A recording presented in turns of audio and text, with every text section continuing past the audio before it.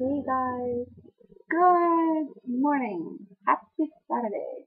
I am currently drinking my coffee, which means I haven't drank it yet, which means this could be a kind of wonky video.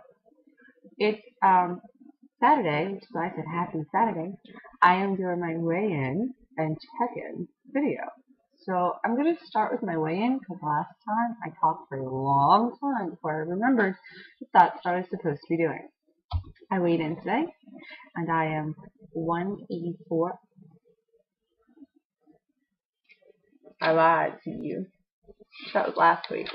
I'm 182.4, so I'm down 1.6 from last week and 3.6 total. Woo. Okay. So there's the weigh-in, and if that's what you're here for, you can stop now. Did you notice there was a food vlog this week? I know, I didn't do a lot of videos. I had so much to say last week, not that much this week, but there was a food vlog. I have fixed my phone. I am not promising daily food vlogs because then I'll get overwhelmed with the like that I need instead of it just being fun. But I am going to say there will be more food vlogs, and that I feel like is very exciting. So yay! If you're here to hear about the whole week and talk a bit, please do. Fill up your coffee, hang out. I have a slightly runny nose. Actually, I don't have a runny nose. I have a sneezy nose, which is when you get a runny nose from sneezing, not because it's running on its own. So, I don't know what it is, but something in the air has got me sneezing like crazy. Okay. Made some adjustments to my book. In the back here, I have a little insert, and it is a weight record. Kind of funny how much this book is starting to resemble my Weight Watchers journey, FYI. I am tracking it each week, but I felt like it would be easier to see it on this, so that's how I have it set up. And I should be able to do 1, 2, 3, 4, 5, 6, 7, 8, 9, 18 weeks on this, which is fun. So that's in the back. This week was crazy, and I had planned out like all of my exercises.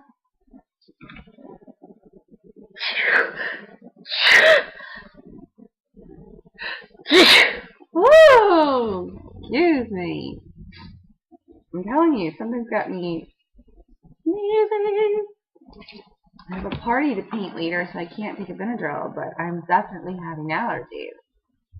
Okay. I did my arm challenge every single day. That's been kind of fun. It's been really fun. And it's been good because I'm like, on days when I don't feel like doing anything, it's like, well, you have to at least do your arm challenge. And then by the time I do my arm challenge, I'm revved up and I want to go work out. So that's fun. But like Monday, I had a run card workout planned, but the rain happened, so I wound up doing the cards in the house, and I did a little bit of extra cardio in the house, but it wasn't the workout that I wanted, but it was a 40-minute workout, and that made me happy. On Tuesday, I went to Zumba. On Wednesday, again, I had a run/card workout planned, and instead I wound up going running and then doing Zumba cardio in my loops instead of doing my card workout. So that was fun. That was an hour. On Thursday, I had Zumba planned, and we had a visitor from the neighbor's dog had dug under our fence.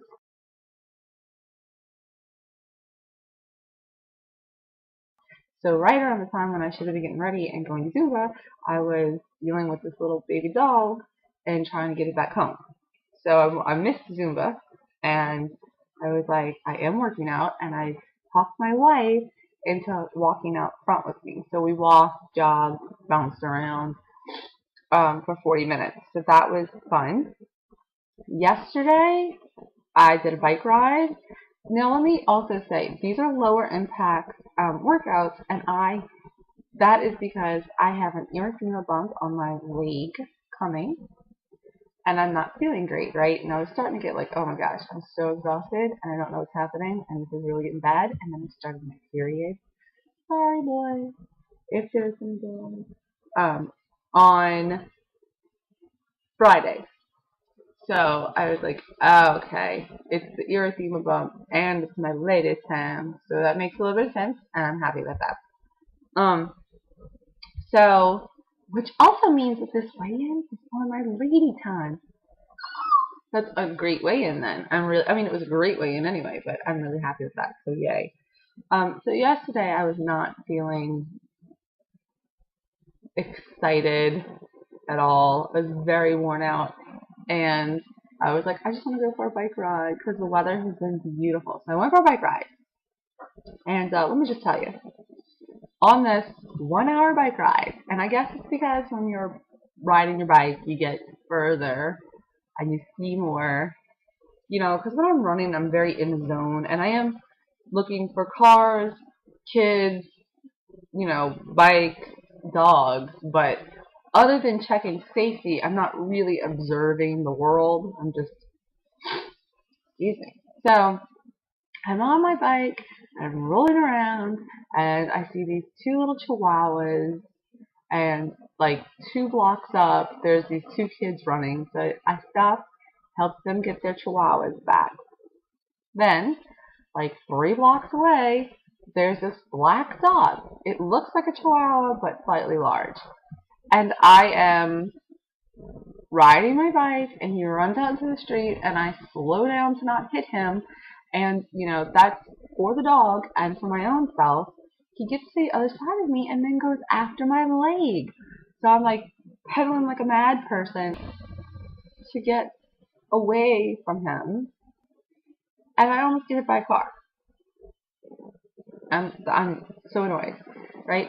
So then I'm like, okay, whatever. Now I need to pay a little more attention. I think I talked to you guys about dogs before in my area. I live in an area that was heavily affected by Hurricane Katrina, and we are looking at like what, over 9 years later. But excuse me, I am so sorry for the sniffling. But what happened was, when we first got back, I came back as soon as I could get down here. I stayed in a FEMA trailer for a while. I didn't get a FEMA trailer until well over a year and a half later, but I stayed in a FEMA trailer for a while, and then I lived in a neighboring parish for about a year, and then we moved back to my actual neighborhood. The first year we lived down here, it was probably 2008, so 3 years afterwards we officially settled in an apartment literally 3 blocks from my high school, and then the next year we bought our house, which is literally 1, 2, 3, 4, 8 houses from the house I grew up in. So when we first got back, not so much in the apartment, when we got into the house, when we got into the neighborhood, it was still a lot of construction and empty houses, and people who were here were used to living here with no neighbors. So like they would just let their dogs out, and dogs just roamed. And then so that was kind of something we dealt with a lot, especially in the beginning. Our neighbors that had the 2 big dogs that were just out and about, they I think after we got a couple more neighbors, they started to realize like this is not the same situation, and they built a big fence, whatever. And it has gotten a lot better in our area as it's more and more populated. People are, starting to realize they can't just let their dog out because it's not just green space, it's children and everything else. Not to mention, it's not safe for your dog because there's a lot more traffic now. But in the area I was bike riding, there's a lot more green space, and what that means is that houses that were torn down or completely destroyed by the hurricanes, and so torn down, the government bought the property, um, and if the government bought the property, they did not rebuild on it. They called it green space. It was like, look, we're just gonna leave it like this, and they sold some of the lots to the people who lived here, but the rule was you couldn't build another house. Like, it was basically to increase the green space. And I also think it was to decrease the number of people who were here in case of another emergency. Just an FYI. So the area I was in still has quite a few, relatively, abandoned houses and rundown houses, or like boarded up houses. It still has a lot of green space. It still has a lot of houses that have not yet been redeveloped and stuff. So I guess those people are still a lot more okay with like leaving their dogs just go.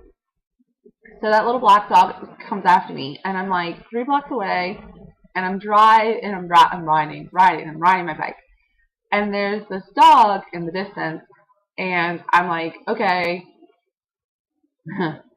I can't tell, but it's a big dog, and I can't see what kind of dog it is. I don't know if it's a bully breed or not.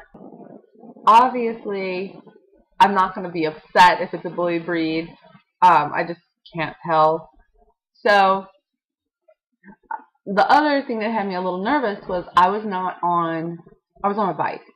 And I know some people would be like, I'd rather be on a bike than on my feet, but I would rather be on my feet. I feel like I'm a lot more agile and a lot less likely. I can control the situation better without a bike.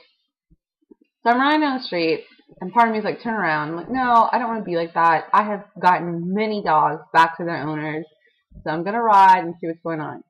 And because he had been out for a while, I get kind of close to him. So happy to see me wagging his tail. I'm talking to him. I'm on my bike. I'm still pedaling, very slowly but pedaling, and he is trotting next to me. So I go, okay, I'm way too far from home to try to walk this dog and a bike back without a leash, but what I can do is take a picture of him, post it on Facebook, and hang around the neighborhood for a little bit. Because usually on Facebook, I find dog owners like that. So I take my phone out. And when I take my phone out, the dog wigs out. Now, I understand fear in dogs because, well, I did a lot of research, but also because Paisley's a very fearful dog. So I understood immediately that the dog was not becoming aggressive. It was fear reacting. It stopped. It did not pursue. It did not advance. It did not come towards me. Her tail went between her legs, and the back half of her body was saying, "I'm scared out of my mind." But the front part, with the mouth, was bolstering and then, getting big and gnarly, because it was basically like, I'm gonna scare you away before you come closer to me. So I'm like, okay, calm down. Put the camera away, see if I can calm the dog down. She never did calm down. And so I winded up having to leave her, which broke my heart. But I was like, okay, I do understand fear aggression, and I know, or fear reactivity, and I know that this dog is not going to come after me, but I also know that if I approach this dog in any way or make it uncomfortable, I could put myself in the situation to be bit. So got a picture from far away, posted it, and left it at that, sadly. So yeah, that kind of upset me. Wait, it gets better, as in worse. So then I decided that after all these encounters, I would rather just finish my bike ride at the local park. There's a walking track. You're not supposed to take your bike on it, but people do, and I felt like, you know what, I'm an adult. I'm going to be very aware of the walkers and the runners. I will go off the track. I won't, so I'm going to take my bike there. So I do, and I roll up on these young kids acting like crazy people, And I'm like, okay, they kind of stopped when they saw Grown Up. And then there's these two little girls. This park has a mile-long track around it and has nobody there. And the back of it backs up to the 40 Arctic Canal with alligators and wildlife and water for days. And there is maybe a 10-year-old and maybe a 6-year-old little girls.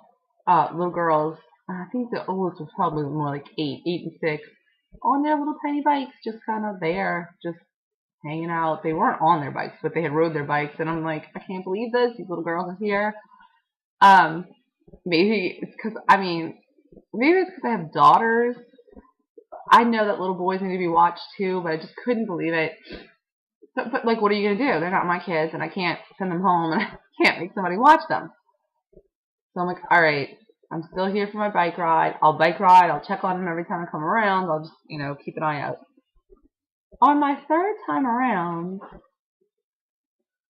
there's a pickup truck in the back of the park, and there's like these kids, 3 of them wearing middle school uniforms, gambling on dice, like playing dice and exchanging money. What? So when I come up on them, they're like, oh no, like, we just got busted. They're like shuffling all their money and like picking up their dice, but they were there for a while, and I'm like, you got. I mean, obviously one of them was old enough to drive, so you got like probably a high school age kid, a slightly older kid, and then a bunch of younger children gambling money at the local park. What is that? That is insanity. So I wound up going around a couple times. While I was there, a mom with a stroller showed up, a guy who was running, another guy who was running with his dog, another family showed up. So, and I told my wife, I said, I'm so glad they did, because even though I can't watch those girls, and I have no right to like wait for their grown-up to come get them or anything, I don't know if I could have left without at least the security of knowing there are more adults at the park, because that was not a good situation. And then the good thing is that bike ride ended on a high note, and the high note was that I got to meet a doodle, a little rust-colored golden doodle, and a fantastic owner, and I loved him, so that was fun. Anyway, that was my bike ride. It was crazy and kind of horrible and a little bit depressing. I just wanted to save the kids and save the dogs and save the world, but what can you do? I mean, other than awareness and maybe shaking some people and being like, watch your kids. Anyway, the kids are very, very nice. Actually, I've seen them there before, but that time they were with an adult. And okay, I'll just tell you. So I'm like riding what was I doing? I was running, and the oldest little girl, I think she's probably around 8, was like stopping the flow of traffic on the track, and I'm like, okay, and you just ignore this kid, and she's like, watch out, and I look, and there's a snake, and she's freaking out. So I stop, and I take my earbud out, because it's better to be aware of things.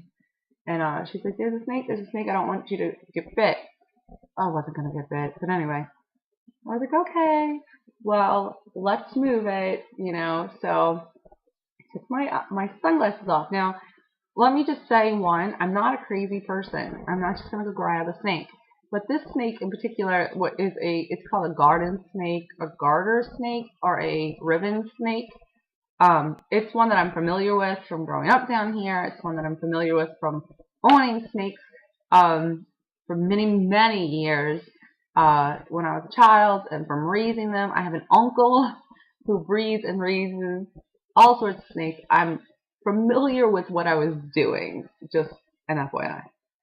So I take my sunglasses off, and I kind of hook him, he's a little guy, with one of the arms, and like lift and encourage him to move. And he, as soon as I do it, because I'm pushing in the direction that I want him to go, he kind of like goes, and then he stops. And so I just keep doing it. And she's like, "Oh my gosh, you must really like snakes."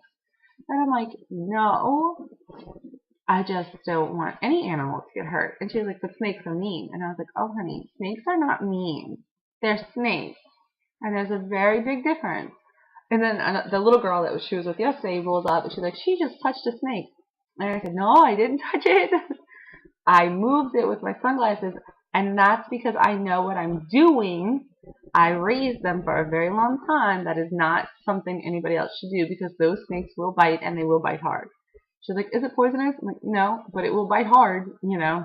So I don't know, but I felt like it was horrible that she feels like they're mean, and that's not true. It's like, I don't know, I just wish kids had more of an understanding of wildlife.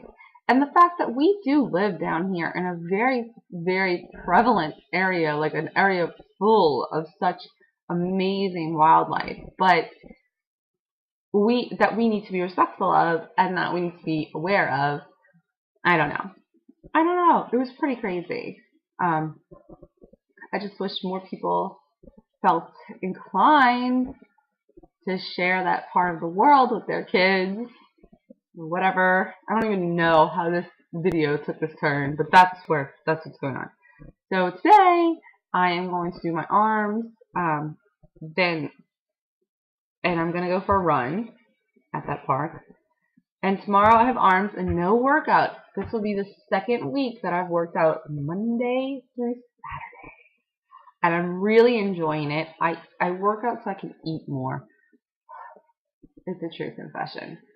And then this will be my halfway point through my arm challenge. So once I fill that out, I'll let you know.